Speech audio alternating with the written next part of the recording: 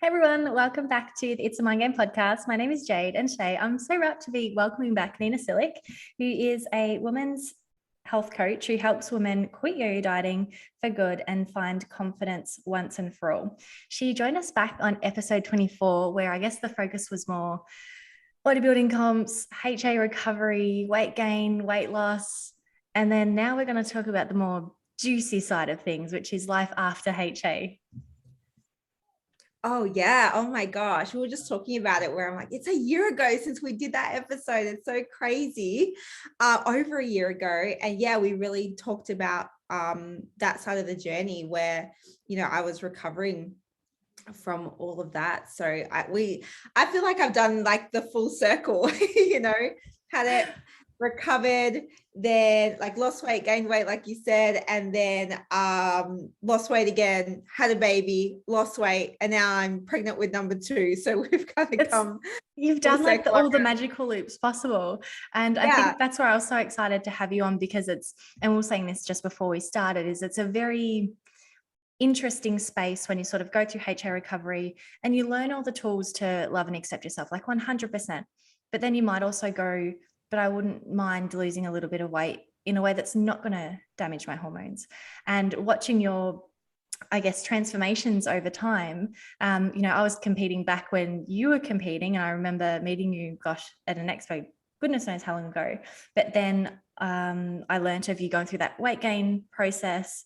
And then I think the next I heard you were pregnant, and then we saw the transformation, and to a degree where you even did a photo shoot, and you lost all the baby weight, and now you're in a position where you're pregnant again. So obviously you found the magic recipe as to, okay, I didn't do it the best way in the past, but at the same time, you kind of have to do it that way to be a bodybuilder. Like you can't not. Low body fat is going to make you lose your period. It is what it is. But you've gone through all these shifts, and it just seems like you've got the inside scoop on what we should be implementing once we hit that phase of, okay, our hormones are good. We've had 3, 4, 5, 6, 7 even recovery periods, perfect timing, good symptoms, no crazy PMS. We want to manipulate our diet. What do we do, Nina? What do we do? What do we do? Well, the first thing to really consider is that, I didn't find the one and only magic recipe. I found what worked for me. And I think that's the first thing we need to kind of point out, is that there isn't one magical way to get those results. But what I initially kind of knew, I didn't want to go about it the same way as I did in the past. And obviously from then we always learn, through those challenges we go through, whether it's recovering from something, hormones, whatever it is, you learn from that. So I'm really, as much as that journey was really tough, like what we spoke about in the previous episode, I'm so grateful for it, because I learned so much about health and wellness. And I think that's why both of us are in the space we're in now. But I really had to figure out, all right, what's going to work for me? I don't want to go through that again. I really don't want to have to go through that again. And now I know there's a better way and I don't have to do that. So it's starting very small. And the first thing I really had to start working on was mindset, more than anything. Like before even manipulating calories and, adding in more training, it starts with mindset. Because I remember, even though I had recovered, I had my period regularly for a long time, hormones were getting better. Maybe they weren't perfect, but they were better. I found that I was still in that dieting mindset, even though I was eating more food. I had gained the weight, I had lost most of it, and it was in like a good place body fat wise. I was in that dieting mindset still, like that first round. So after that, I noticed, I'm like, okay, like this is still not healthy. So sometimes we have to remember that body fat, the amount of body fat someone has doesn't dictate how healthy you are physically or mentally. So that's something I wanted to I became aware of that and addressed that first. And I was like, okay, I can't be so restrictive or still be worrying about food so much, or being so neurotic about getting training in and things like that. So to be honest, the first time I actually lost body fat after recovering from HA to an extent. I did a competition prep, which wasn't ideal to do. And then after that, I did recover from that, managed to maintain body fat, but I still wasn't recovered completely. And I still had a lot of mindset work to do. So I didn't find that, I guess, perfect recipe, whatever you're going to call it, straight away. I think that's really important to address. But through that, I kind of learned, okay, like this is not still sustainable. And I know it's still not healthy, even though I may be eating like a better amount of calories, I'm training less. So physically, I'm much better. Physically, I'm getting my period. My hormones are better. They're not perfect, but they're way better. But mentally, I was still struggling. So, if I was to miss a training session, I'd be like, oh, get nervous about that or stressed about it. If I wasn't tracking my calorie intake to a T, I'd be a bit neurotic about that. So, or if I ate extra food, I would make up for it. So I still had that, I call it the dieting mindset, where, you go from being restrictive for so long. And even when you come out of it and you are eating more food and exercising less, your mindset is still in that kind of restrictive. So that was the first challenge, I think, before I actually found, even though I'd lost the body fat, before I found the happiness and balance and lost body fat, that was like the first thing I had to really kind of work on. And what that really took was, oh my gosh, I'm like the queen of extremes. I really, my whole life changed, I think, dramatically. When was it? End of 2017, so 2018. I literally changed my whole life. Like, I was always go, go, go, go, go, like intense. Even just in general, like always running around in the car, going somewhere, zipping around, like always life was a little chaotic. I was always busy, even though I wasn't necessarily, like, I didn't have to be busy. I just made myself busy. I love that you say that, because it's such a world we get tied up in, isn't it? Where it's like, we've always got something to do. And it's like, no, I'm busy. But it's like, are you busy or are you productive? Because it's like, you've got one task to do and suddenly you turn it into 10 because you don't realize that you like the idea of having 1,000 things.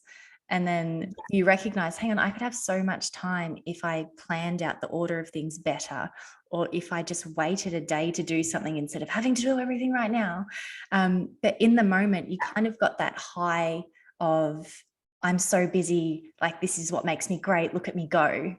Yeah. And it's really easy to cover it up, because it's easy to tell yourself that you're like, the busyness is useful, until you sort of had that penny dropping moment where you go, oh my God, I've been chasing my tail nonstop for like months. Like, what have I actually done other than chase my tail?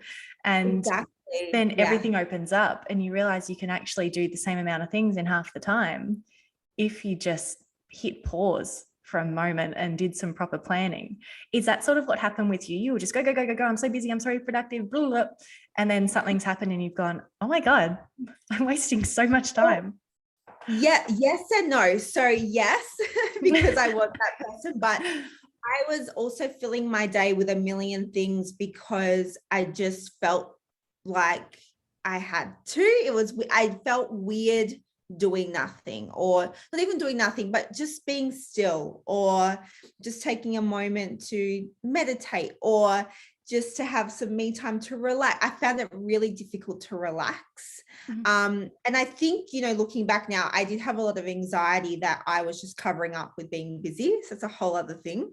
But yeah, it's just because when I was in that contest prep lifestyle too, and just going, crazy with 10 hours of training a day, like a lot of training restriction, it was always go, go, go, go, go. Like, you literally every second of the day was allocated to something.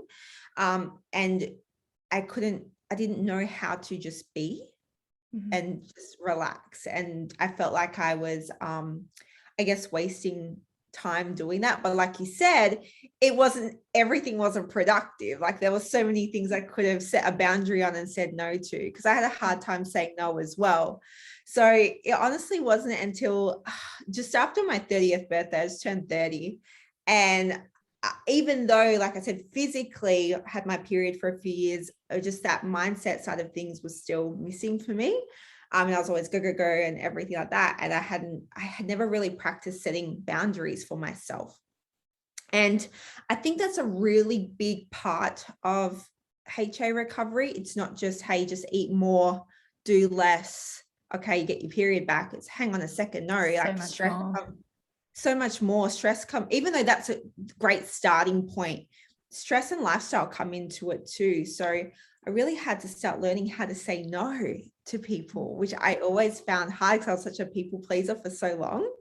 And I just had to start doing that. And like you said, prioritizing what's actually important. So for me, I actually ended up craziness, but I moved country, not because of all that. It's that whole other life. I'm too busy. I'm changing countries. No, it wasn't because of that. So it so happened that I was traveling a lot, and then I ended up moving country because my now husband lived near New York at the time. So I was like, okay, well, I'm moving. Which is huge, especially for someone who's so set in a particular routine, schedule, everything, to sort of change countries as well. That's wow. Terrifying. I'm like, where's the gym? Where are my foods? Where's all my stuff? Like, I now don't have a license or a car. Like, what do I do?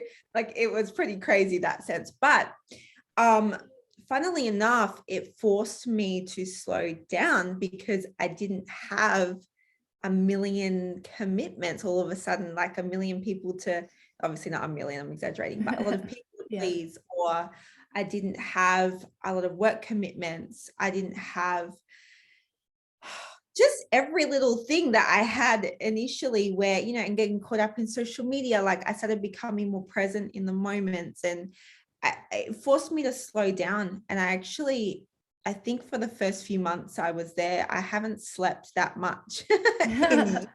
You know, like I was like, oh, I'm sleeping. This is great. Like I can sleep. I don't have to work like 12 hours a day. I'm working like a normal human hourly day.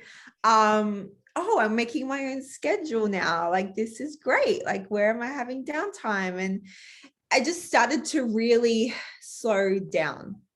And I guess that's where the positive reinforcement loop comes in though, because when you were like before you moved, everything had to be go, go, go, because it felt like if you weren't go, go, go, then you couldn't enjoy it. It's like, no, I thrive off this. And I like making people happy. So everything about it says, I've got to keep doing this.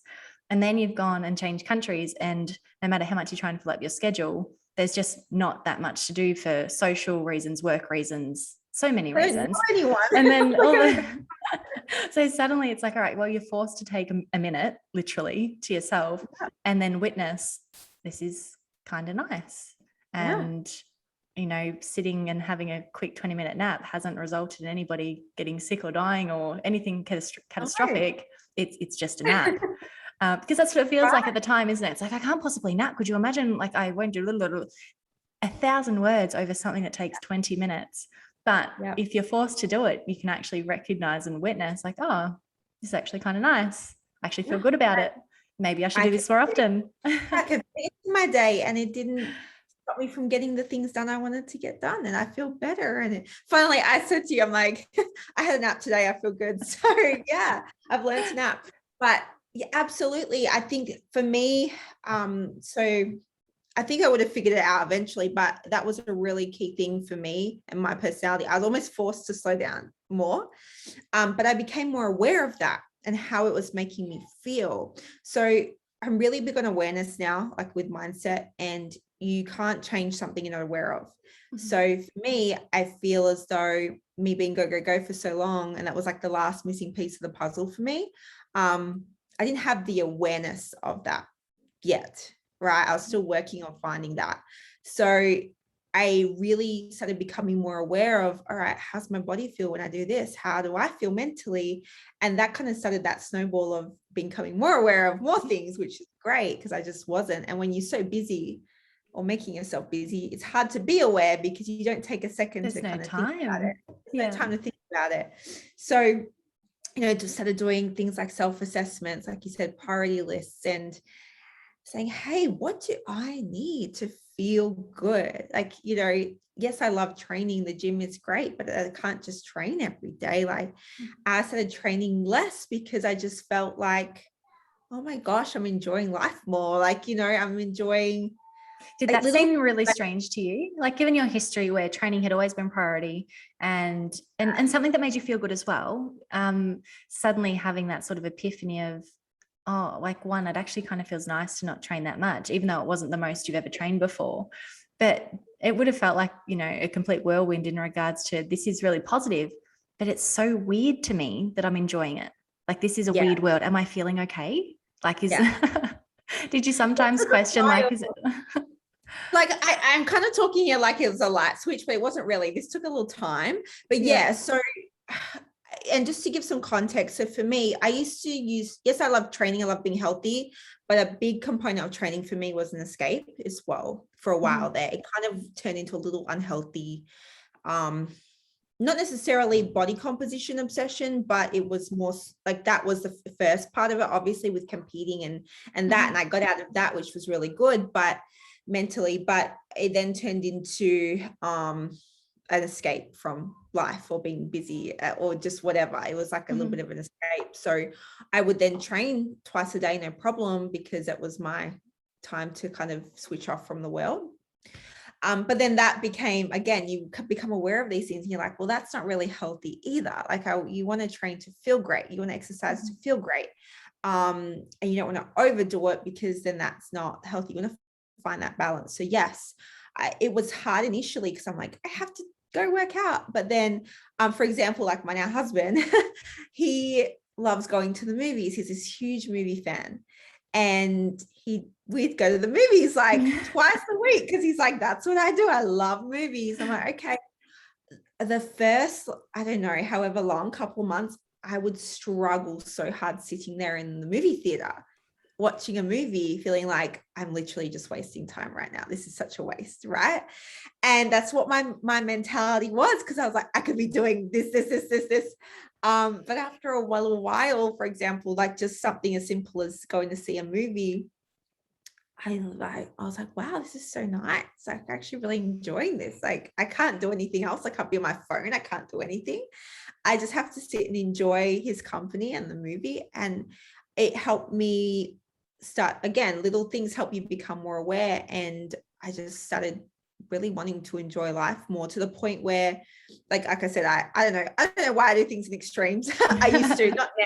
I'm good. I'm balanced now. But even I took that year, like I was barely on social media. I just went, you know what? I realized I had a lot to work on mentally for myself, mindset wise. I had a lot to become aware of and work on.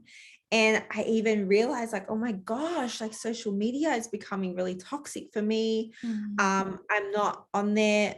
I'm not excited to be on there. I'm on there comparing myself to people, and I just cut it out. I just literally kind of went MIA for some time and was working on me. No, I'm not saying everyone needs to do that at all, but for me at the time, that's what I felt I needed. And yeah, I just really started to slow down. So over time, because like you said, you notice how really good you feel with these little changes. So I started saying no to people, even people like wanting to get on the phone with me. I'm like, no, I just don't have the energy for you today. I'm going to say no. Or, I didn't know that many people when I moved, but, people say, hey, do you want to go for coffee? And if I didn't feel like it, I'm like, no, because I don't have the energy for you today. So I started becoming really protective of my energy. And I think that's a big component of it, not just like you're expending energy training and eating more food. Like, I think what really is the key is protecting your own energy in general. And obviously stress management and things come under that too, but setting those hard boundaries and saying no and being okay with that, because you have to remember, like, not just exercise drains your energy. Lots of things drain your energy in the day. So if we start our day with like a full cup and think the full cup is like our energy cup of water, for example, your energy goes to all these things in the day. And if you don't restore that, then you're running on empty. And if you're running on empty, there's no way you can recover, even if you are eating more calories and training less. Like you just can't, because you're emotionally, physically, like you just spent mentally, emotionally as well. So when I started really setting those boundaries and saying no and being okay with saying no, that's when I really started noticing big changes. Also slowing down with training, like really like train twice a week, 3 days a week. Like what? But those training sessions were amazing. They felt great, but made the most out of them, but it was less. I gave myself permission to sleep in on days where I didn't have anything else I had to get up for. Oh my gosh. I gave myself permission to nap.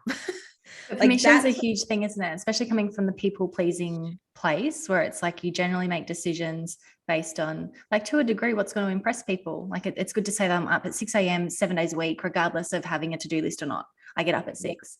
And even though there's positive attachments to some of the decisions you make, there is a big part that it's, you like the impression it leaves when you share it with others, and sort of that back and forth conversation.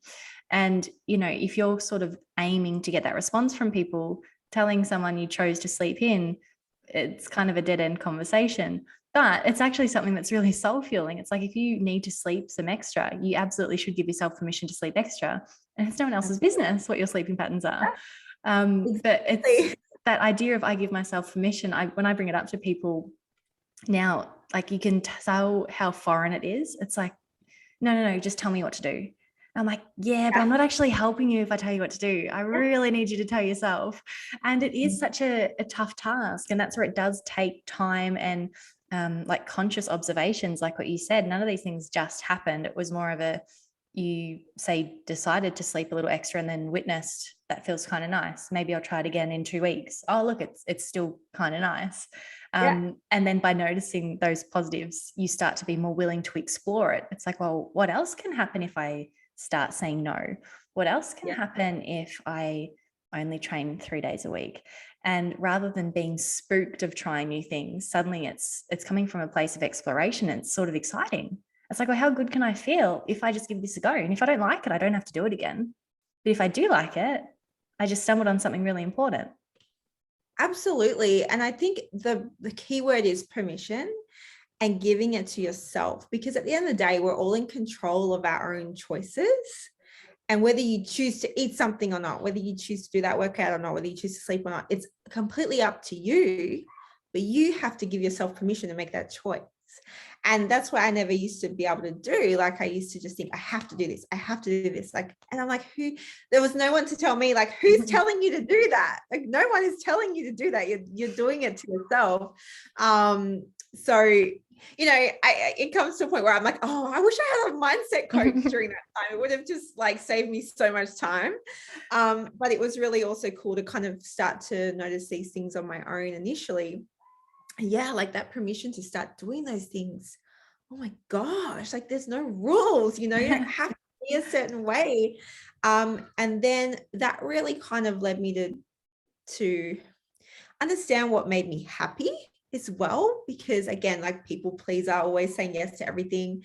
It's like, oh no, what makes you happy? Like what's making me happy? What's making me feel good? So I think that start of 2018 was really like the icing on the cake for my, I think, overall recovery. And that's when I started noticing body composition changes without even really trying that hard. It was really unusual. I actually started eating more food, allowing myself to eat more food. Like I said, I was training less, I was resistance training. I wasn't really doing any cardio, maybe 3-4 days a week, but really making the most out of those sessions. And when I say make the most, I don't mean go train for 3 hours. I mean, just go hard. I was just about to say, do you want to clarify what that means? Yeah, 60 minutes, maybe 90 on the leg day at the time. This is before babies, you guys, by the way. But really maximizing every exercise I did and putting as much effort in as I possibly felt like I could on that day. So let's clarify that. Rather than doing 6 days a week half-assed, like 3 and 4 kilo sessions. Yeah. Still like an hour, like you can still get great results from that. So I started noticing after, initially, yes, I felt like a bit fluffier, whatever you want to call it. But after a little while, like, oh, okay, just increase my carbohydrate intake, my calorie intake. And I started getting leaner. I'm like, this is weird. I'm not actually trying, to the fat loss wasn't the goal. It was just to kind of maintain and feel better. So indirectly, I actually started to lose weight without actually intending to, which has never happened to me, I don't think, in my entire life. Ever. And especially the 6 years previously to that moment. I had to really work my body weight. I struggled so hard to keep it off.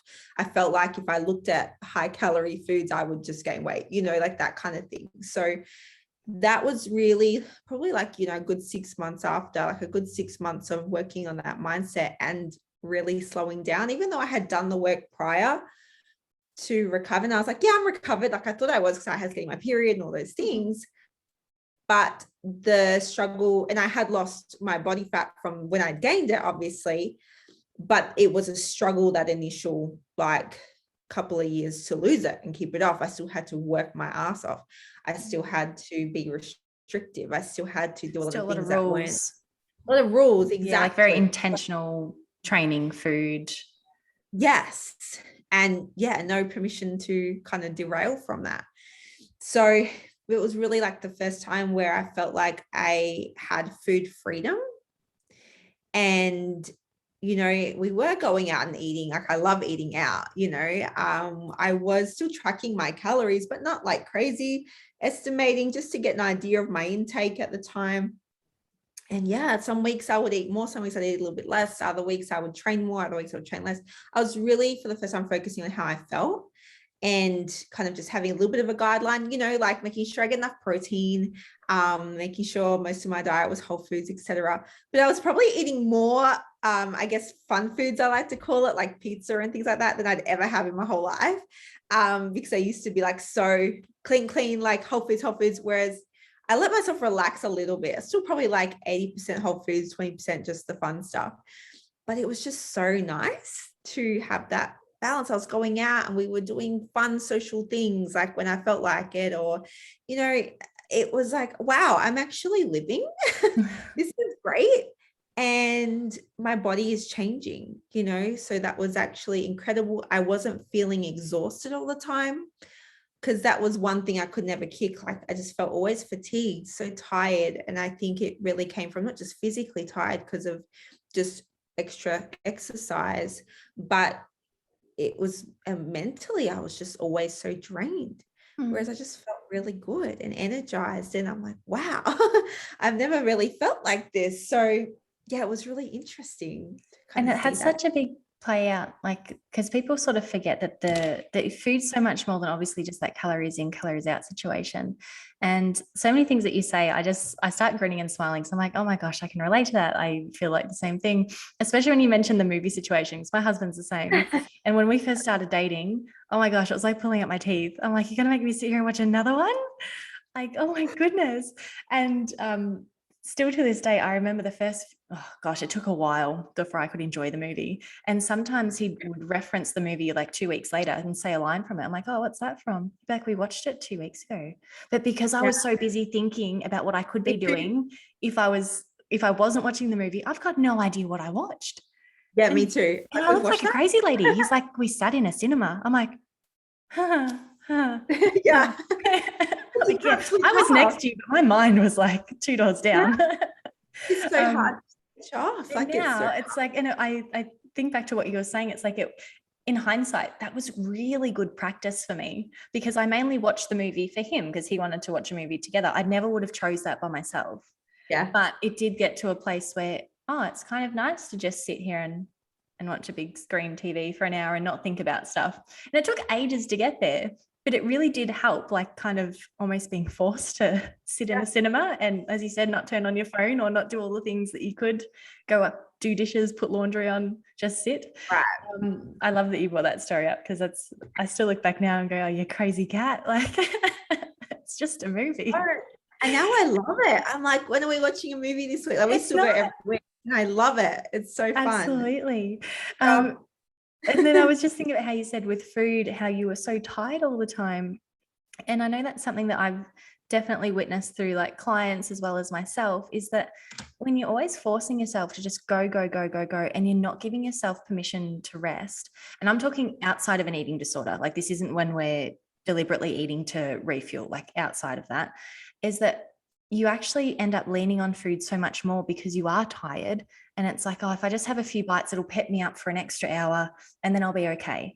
And then you actually sort of end up using food as a crutch for energy, but not in the way that we need it to sustain nutrition, but more if you just had the sleep that your body is screaming at you for, your appetite regulates so much better and you feel so much better too. And it comes across anyway that was quite a process that happened in your journey. It's like suddenly you went, it's okay to have a sleep in, it's okay to have a nap, it's okay to just sit for 10 minutes. And then all of a sudden your body started relaxing, food become really easy. Like it was just food. And if I choose to eat it, I do. And if I choose not to, that's okay. Do you feel like, you know, I guess giving yourself permission to be okay with resting when you need it really helped kind of ease the last ends of having such food restriction and rules? Like just going, oh, if I have a nap, I'm okay. Did that happen for you or? Oh yeah, for sure. And it's not something I've, you know, maybe realized at the time, but like now, because it makes sense, you know, a lot of women tend to emotionally eat or overeat, particularly at nighttime. And that's because you are just so, you just have no energy left to use that logical side of your brain in the day. Like you have nothing left. It's like, oh, you just have to be disciplined or have willpower. No, like you just don't literally have the energy to make that decision to say, hey, this is not in line with my goals. I just don't want to have the thing. And a lot of people, like a lot of clients even will say, hey, well, I ate the thing. I didn't even enjoy it. I just ate it. I'm like, yeah, because you just mindlessly, you know, you didn't have the energy. And that's where you have to assess, hey, am I tired? Like, am I just drained? Like what is it causing that? And I think, you know, that was a big thing for me. I used to like overeat a lot too. Like you restrict, you overeat, but it's not necessarily restriction that causes overeating. It's also just being emotionally just spent, and mentally spent and just exhausted. Well, we do have that chemical release from food, don't we? We get that little dopamine hit from new flavors. And that's another thing too, where people go, oh no, but food's my coping strategy. And it's going back to what you said about running off an empty cup.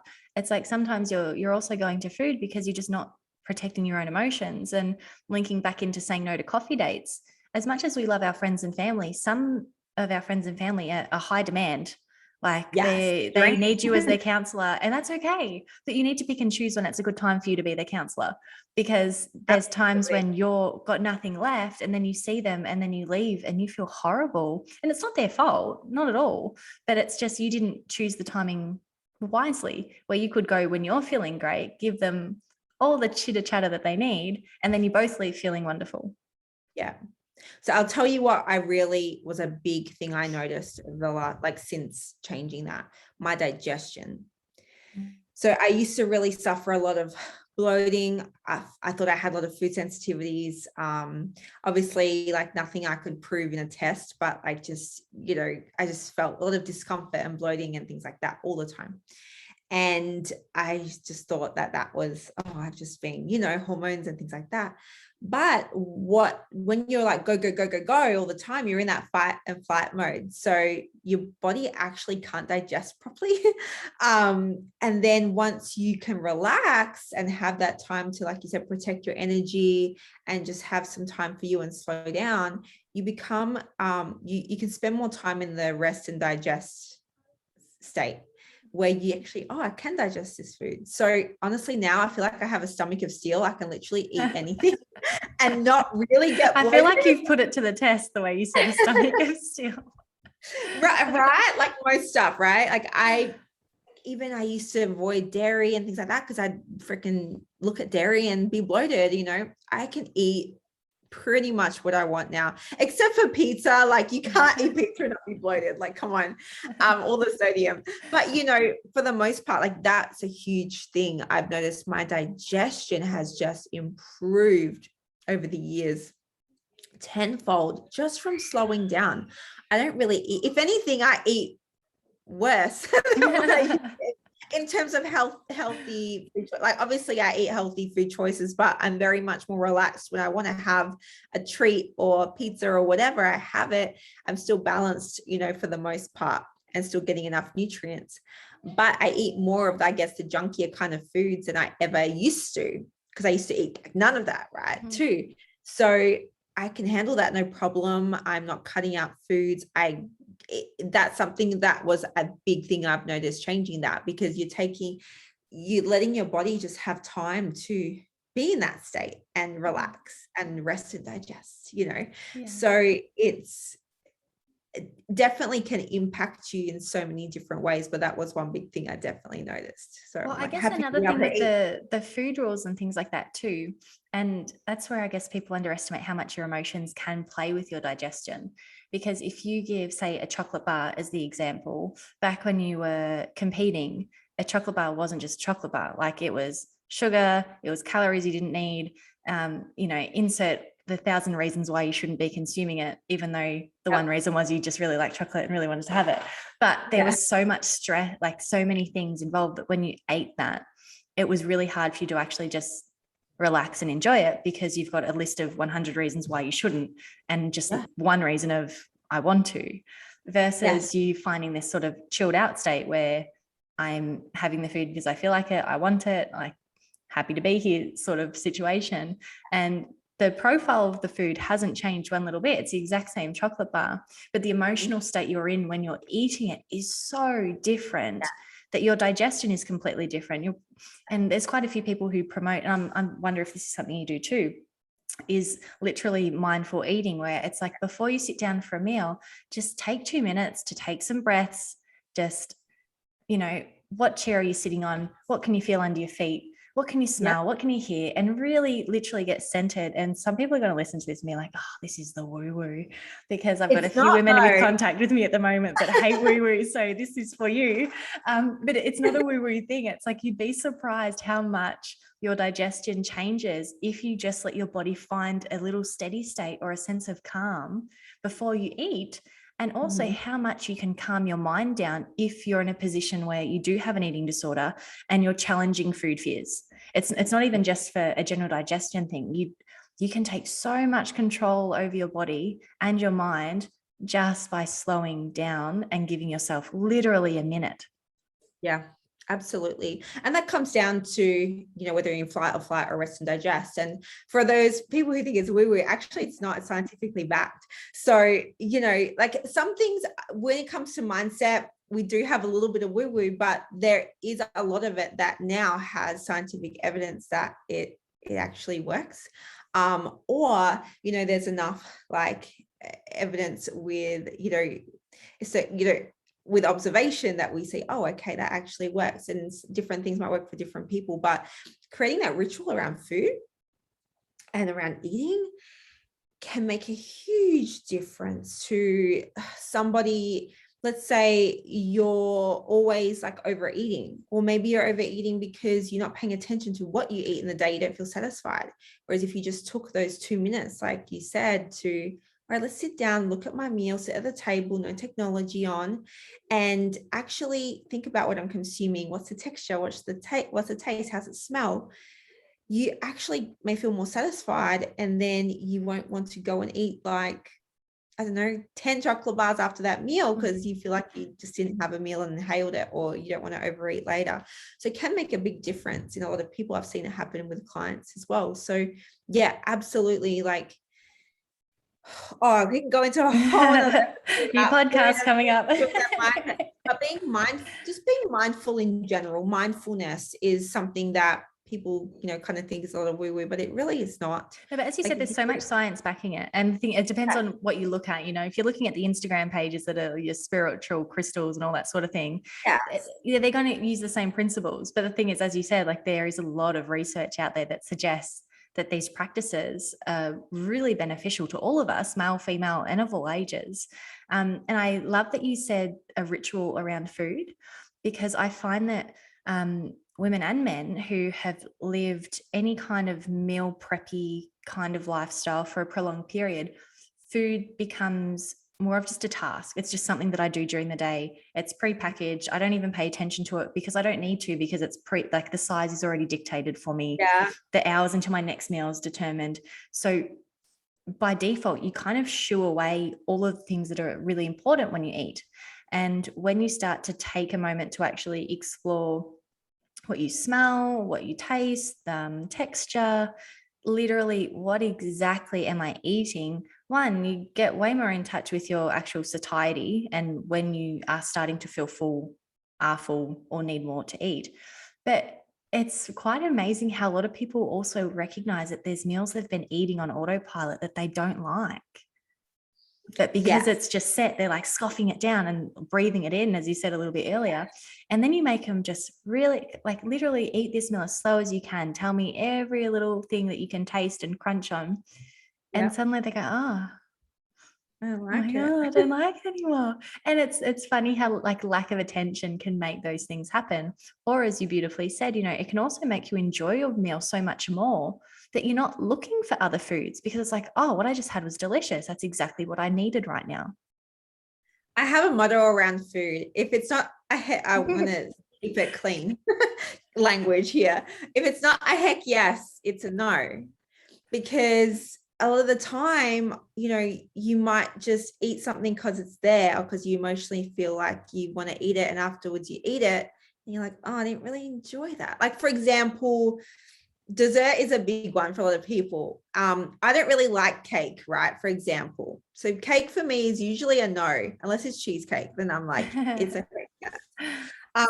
Because I know if I eat it, it's not that I don't feel if I'm restricting or anything. It's that, hey, I know if I eat that cake, I'm not really going to enjoy it. I would rather go and eat ice cream or whatever, right? Mm-hmm. So for me, that's a no, because it's not a heck yes. So that's something that can really help stop that just mindless eating, or just, you know, you stop you consuming just because it's in front of you. And that it's easy to consume things just because they're there. Let's say you go out to a restaurant, something like that, when you are feeling exhausted, when you are drained and all those things. So that's something that has really helped me too. I'm like, is it a heck yes? Do I really love this? And then that stops you like eating all the terrible. Okay, so listen, firstly, disclaimer, any food you choose to eat is completely up to you. There's nothing wrong with that. For me, the thought of eating steamed vegetables or steamed anything is disgusting, because I used to have to do it so much. I was going to say, can you say this back to Nini like in, 2017 or something? I wonder what she'd love to say. She'd be like, excuse me, I love my steamed broccoli. Oh my gosh. Do you know what I used to do? Because I used to have to eat a ton of asparagus. I would cook it in the microwave. I would microwave it and eat it like that. No. I can't even look at asparagus now. Ugh. But you know, it's not a heck yeah, like looking at those foods, you're like, oh my gosh, like this, you don't have to eat. You can eat. Okay, my pregnant brain is like now tangent, but you're allowed to enjoy the foods you eat. Yes, they can be healthy. Yes, maybe you are, I guess, being more, if you're restricting because you have a fat loss goal. Yes, fat loss comes with some sacrifice, but it doesn't mean your food has to taste terrible or you still can't enjoy it. You can still make it be something you love. Like now, if I do fat loss, oh my gosh, the big ass delicious salads I make that I love eating because they're so good that I would eat any day of the week or any day of the year. You know, making foods you still love, like regardless of what your goal is, it's just for your soul. Like it's so important to know and understand that no matter what your goal is, and especially when you're trying to recover from something like HA or the mindset work that you have to do, is to give yourself permission to actually eat whatever you want to eat, whatever you feel like you want to eat. The only thing is that, hey, if you choose to eat something, one, it's going to be a heck yes, because you just want to enjoy it. But two, you have to be okay with the outcome. So even if you're someone, like you said, who is trying to do fat loss, you're in the fat loss phase and you've recovered from HA or you haven't, like wherever you're at with that, if you decide, hey, I'm in my fat loss phase, but I have my brother's birthday this weekend, I do want to go out and enjoy a meal with my family without feeling stressed about it. And if my weight goes up a little bit for a few days or the next week, I'm okay with that because it'll come back down. I'm maybe slowing down my progress, but that's okay because I want to have the time with my family. I'm going to eat mindfully. I'm going to eat the foods that are a heck yes I enjoy, and I'm not going to feel guilty about it because it's going to be beautiful memories created. That is absolutely okay to make those decisions, and that's something I never was. Because it's that all or nothing mentality. It's like, no, but if you're in a fat loss state, you can't have any social events because you're not honoring the ultimate goal. And that's where the power comes back in, isn't it? It's because like, no, you can talk yourself out of that and say, nah, 90% of the time I'm committing to my plan, whatever that might be. But I'm allowed to go out and enjoy myself. I'm allowed to go create some of these memories. And for that matter, I'm going to go have a great time and eat all the delicious food that I want. But as you said, it's like just having that conversation with yourself and knowing that, okay, look, the scales could go up, but it's not the end of the world. No. Like I just go back to my plan and everything's going to be okay. And like at the end of the day, everything's going to be okay. Yeah. Obviously, you don't want to go and do that every single day. If you're in a fat loss phase, you're not going to get very far. But, at the end of the day, like if you're not in a contest prep, obviously that's a little bit of a different ballgame. But you can make those choices and you're allowed to decide. Like I even have clients who, in the middle of a fat loss phase, it's just not working for them. I'm like, hey, what's your priority right now? Like, what do you actually need this week? What do you want? What's your body need? What's your mind need? And some of them are like, hey, I just need a week where I eat at maintenance, or the next 2 weeks and relax a little bit because just mentally I'm just spent. Hey, let's do that. Like there's nothing wrong with doing that if you feel you need that. So sometimes you have to ask yourself too, with wanting to lose the body fat, after recovering from HA, hey, is it the right time to want to lose body fat right now?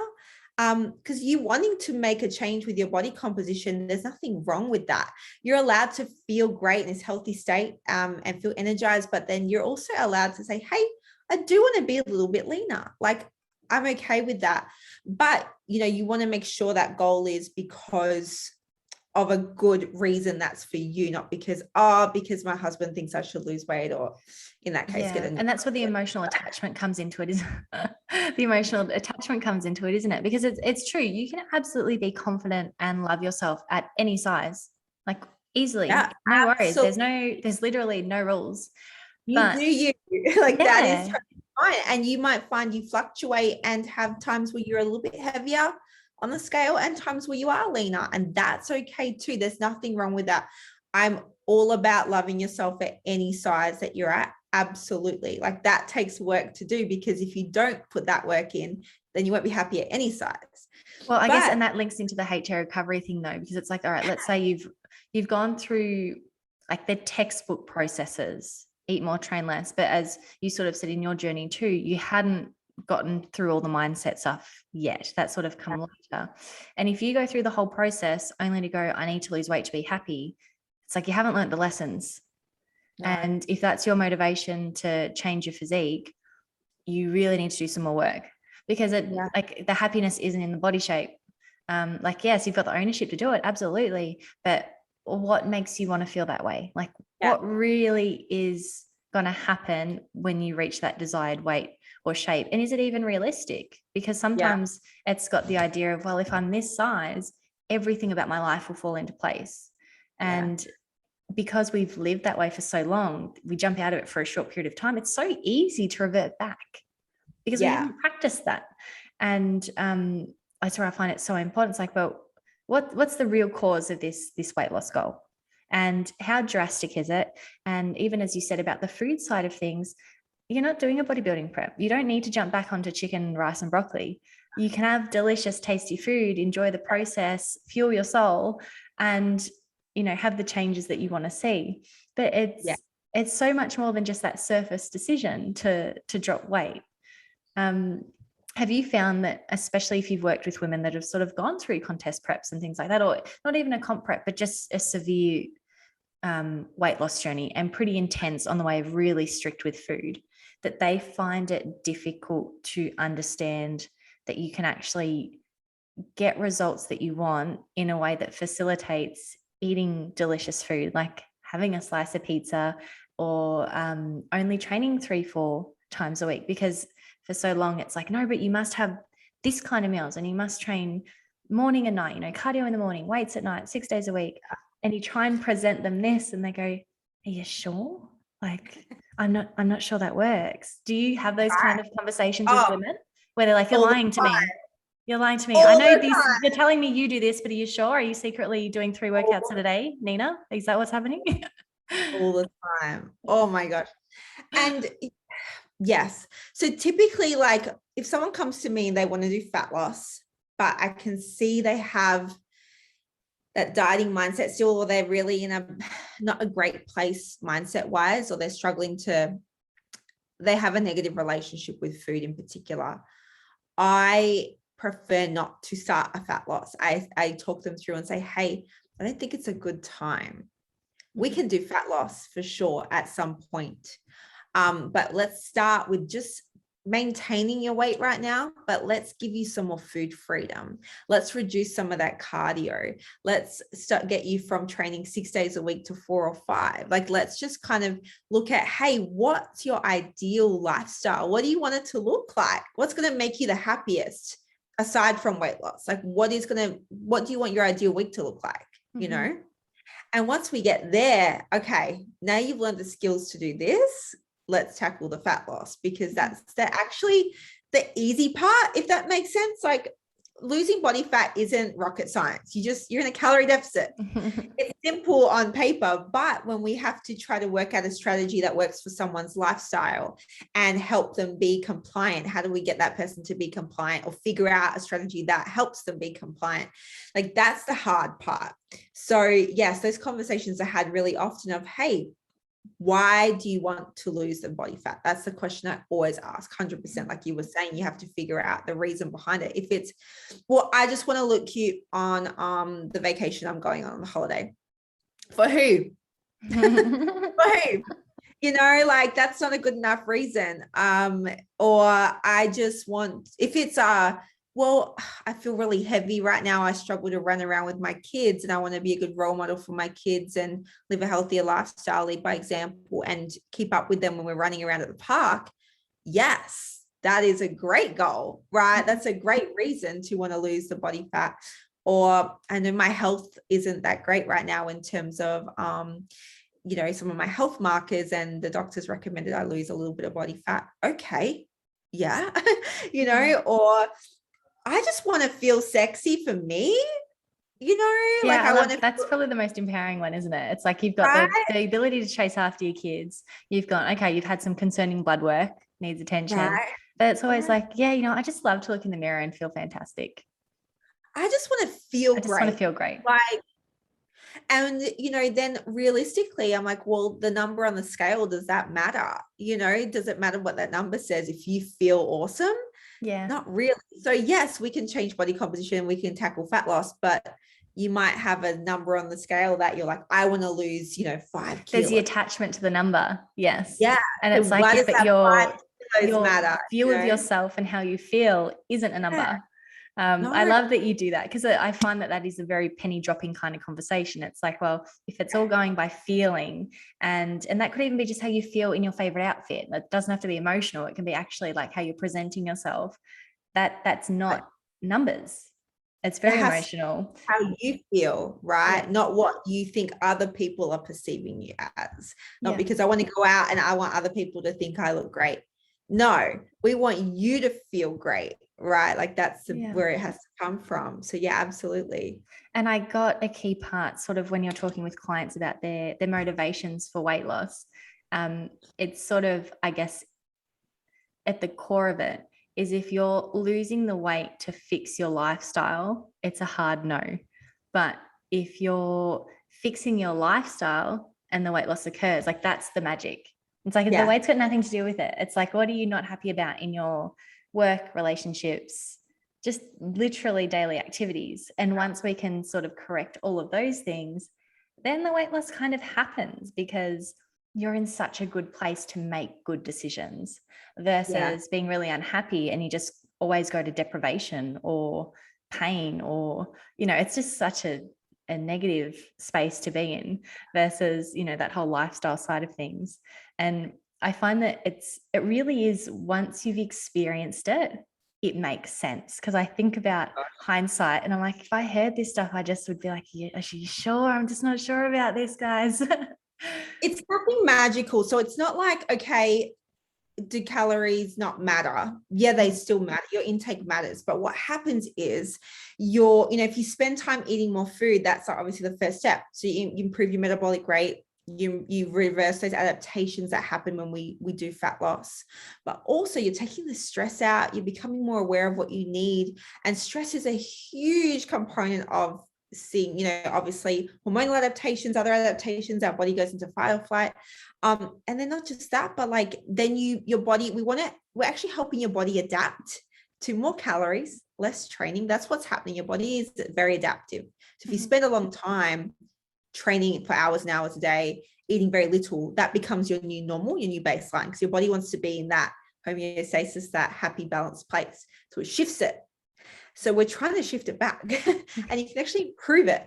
So that's what actually happens. It's not like, oh, okay, I just started creating balance and all of a sudden the weight drops off magically. No, your body it adapts to doing less and eating more and is able to maintain that. So you may have a period of time where you do gain some weight, where, usually if you're transitioning out of like more so restricting, like that's going to happen most likely for most people before the magic quote unquote happens, but nothing magical. Yeah. It's just that too, like once you become more efficient, consuming more calories and your body's adapted to that, you have more energy. So by default, you're moving around more, you're expending more energy in the day, not even realizing it.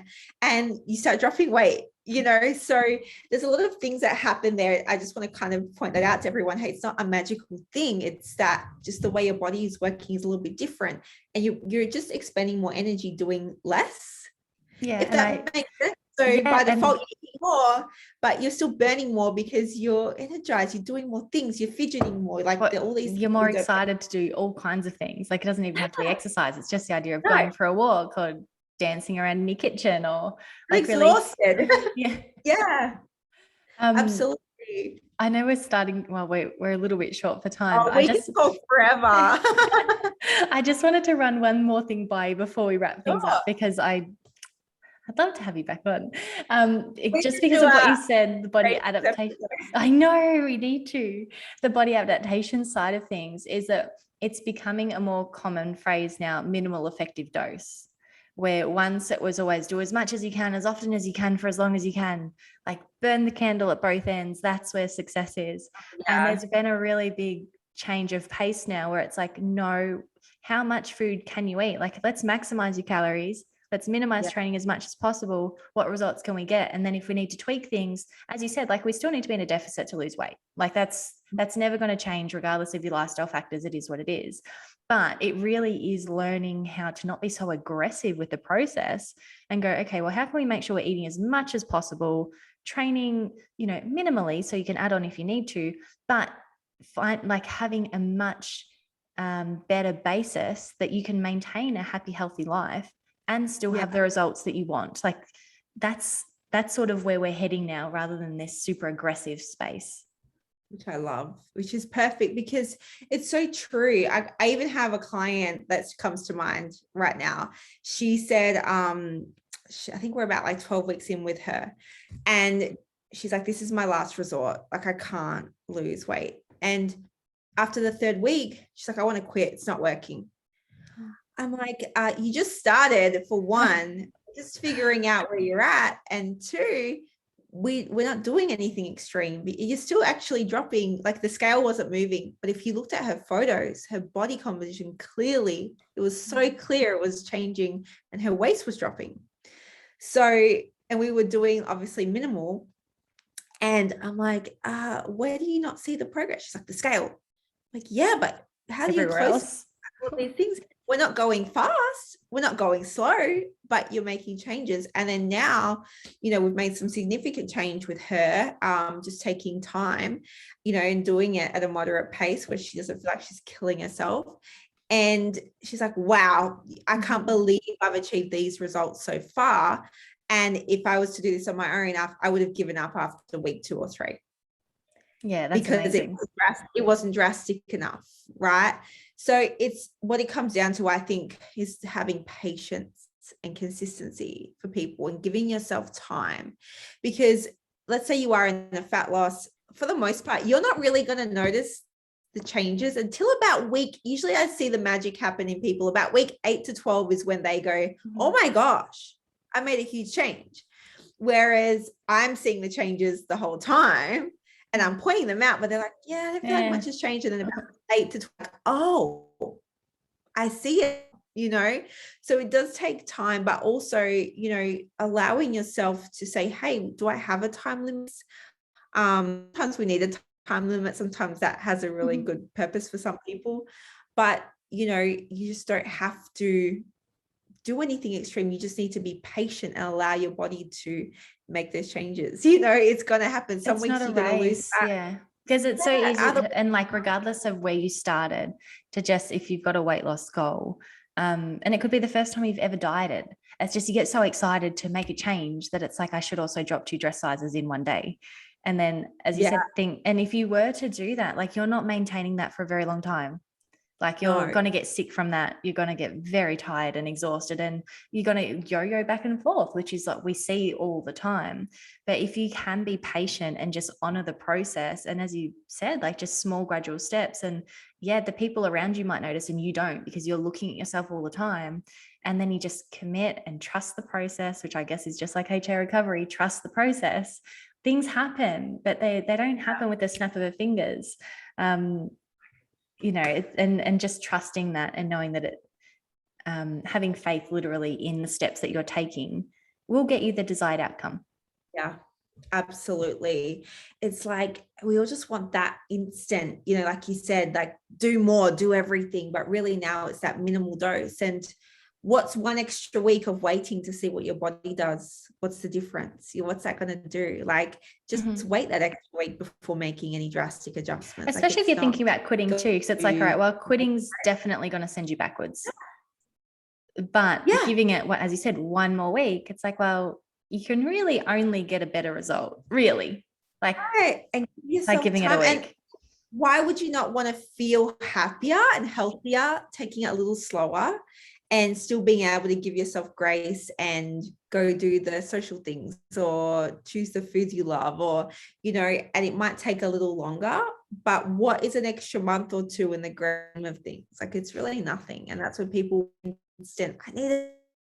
Especially those, with HA recovery, because I remember when I gained all the weight, it was necessary for me to do so. I just had my body, it's how it responded, to more food at the time.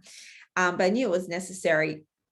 And I was like, I just need this weight off yesterday, And when I got it off, I hired a coach because I can't do this on my own, because I'm going to mess it up right the first time.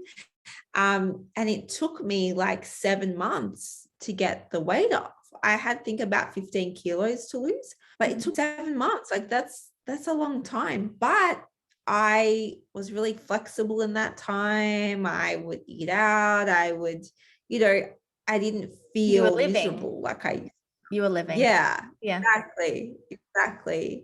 And even like this first time after like having Aria, who's now, she's going to turn 3 soon. Oh my gosh. That weight coming off was slow. Like, people like, whoa, you had such a crazy postpartum weight loss. Like, it took me a year, like, really drop and really it. That's how it should be though, isn't it? Like, if you're going to have a fairly dramatic weight loss that you want to be able to sustain and literally protect your health and your mind, it should be small incremental weight changes. It shouldn't be 5 kilos a month or bloody 10, 10 kilos in a month. Like, it should be very small changes, and fluctuations will happen. Okay, 1 week you're not going to lose any. Maybe you'll stay the same. Maybe you go up because you had an event or a wedding, or it's okay. But by taking that long process, which, if you would have put that on an ad, 7 months to lose 15 kilos, no one's going to buy it, which is so sad, because you know what? As you said, like, that coach took you through slowly and you trusted the process, you trusted him, and look how well everything else turned out versus if you were to get sucked in by, you know, a really aggressive process and live off shakes but you lose the 15 kilos in 2 months, like, but what is your life going to be like by doing that? And to me, and are you going to be able to get results too? Yeah. And it's like the wait sounds so worth it. Like, good things take time, always. Absolutely. Like, I just actually had a client finish up with me, I think last week. She's lost, I'm in the US now, so 50 pounds, which is about 25 kilos each. Which is huge. But in that time, it was of afraid to eat at a friend's house. Now I'm not afraid to go in, you know what I mean? Like, it's such a huge process to get not just the weight loss, but to someone to a point where they feel so confident in the skills they've learned to do it themselves and sustain it. And she's like, I can't believe I've lost this much weight, and I can't believe I'm keeping it off, you know, confident to do it myself. Like, and that's kind of what you want to be doing is, you know, it might take you longer. I could have probably done that in 6 months with her if I really wanted to, but she would have been miserable and not know how to sustain that. So, you know, you want to think about whether you're recovering from HA or not. It doesn't matter. I think it applies to everybody, but particularly if you've recovered from something like HA, it can be really scary to then go into that fat loss. She's like, I don't want to ruin everything, or I don't want to like revert back to where I was. But that's where it becomes even more important to practice that mindfulness and give yourself that permission to do things and make those choices, and give yourself compassion and take things slowly and not extreme. And it's more lifestyle changes that will make a big difference at the end of the day, because it's about, hey, what do I want my body to look like, but what's going to make me happy with my whole lifestyle? Like, it's all together. It's not just one thing. It's all interconnected, you know, like you want to enjoy, like we've got the Christmas soon. Like, I want to enjoy Christmas. Hey, you should be able to enjoy Christmas without guilt, like all those things, and still make progress. And you have to remember that. I think what really helped me too was reminding myself that, hey, progress comes in so many different shapes and forms. It's not just body fat. It's not just the scale. It's, am I more energized today? Am I feeling better? You know, am I able to be more social without feeling anxiety about that? Am I able to go eat at a restaurant without freaking out or being guilty about it? Like, things like that are all forms of progress that, particularly if you're coming from a very restrictive background with food and a lot of training, like making those small changes is huge, and they're huge wins to be making. So those are all things that you really need to, everyone needs to remind themselves of. And it's something I still constantly remind myself, you know. It's different, I think, when you're pregnant, but you know, still now, like for example, today I had a little sleep, and I still have more to on my to-do list. It's like, and like, I really need this right now. It's okay to do it. You know, Aria was sleeping, so I was like, it's now or never. Right. Sometimes struggle with that. And it's a constant progress too, even for myself of, I have so much to do. I have little time to do it because I have a, you know, almost 3-year-old and all this stuff, but it's still really important to continue to practice. It's just practice. It takes time. Yeah.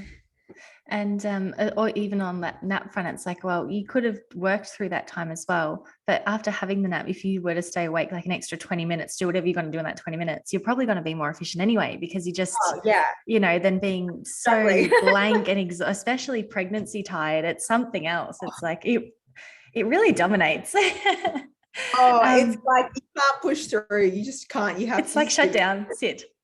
Yeah.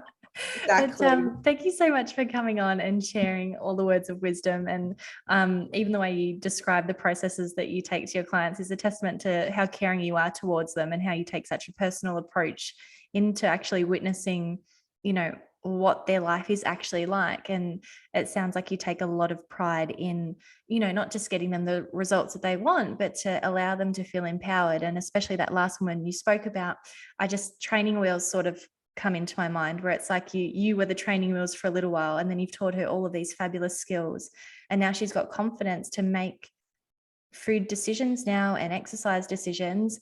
And I think that's a really great quality in any kind of coach or trainer. It's like you want to be able to enable people to do it by themselves. So I think you're doing some incredible work. And if anyone's listened to this and gone, oh my goodness, I need some Nina in my life, where can they find you? Oh my gosh, thank you. That was like super sweet. You can find me, oh my gosh, my website is ninasilic.com, SILIC. You can find me on Instagram at I am Nina Silic. I'm just like, where else? You can email me directly. My pregnant brain, tell you what. You can email me coaching@ninasilic.com. They're probably the best places to find me. I'll pop all of them in the show notes, and I want to apologize because I said Silic at the start, and as you said Silic, I'm like, I learned that last year. Oh my gosh, so I'm sorry for that. It's that Croatian like silent. But as soon as you said, I'm like, you know this, Jade. Why did you? Yeah. And sorry. I didn't even know this. And you have a wonderful mindfulness PDF, is it as well? That I will pop in the show notes too. Yeah, so it's just a quick mindfulness workbook that you can start to actually utilize to practice some of these things we've talked about today, and to help you become more aware of things you want to improve on and help you slow down a little bit. So I'm going to give that away for free for you guys. Cool. Awesome. So all of Nina's contact details and that download, I'll pop in the show notes for anyone who is excited to get hold of it. And again, thank you so much for your time, and no doubt we will be in touch. Thank you so much for having me. I feel like we had like 3 other topics to talk about. We did. I'm like, oh my goodness, but it's so good. How can I possibly interrupt anything? So that's all right. We'll more podcast dates. Yeah, we'll do some mum life stuff another time. Yes. But thank you so much for having me. I really appreciate it. And anyone who's listening, I really appreciate you listening. And yeah, thank you so much. I'd love to be on again sometime. Yay. Thanks so much for listening in on today's episode. I hope you absolutely loved it. Please subscribe to the podcast or the YouTube, and share this episode with someone who you think would love it. The more support we get, the more women we can reach who are going through HA and life after. Thanks so much, guys.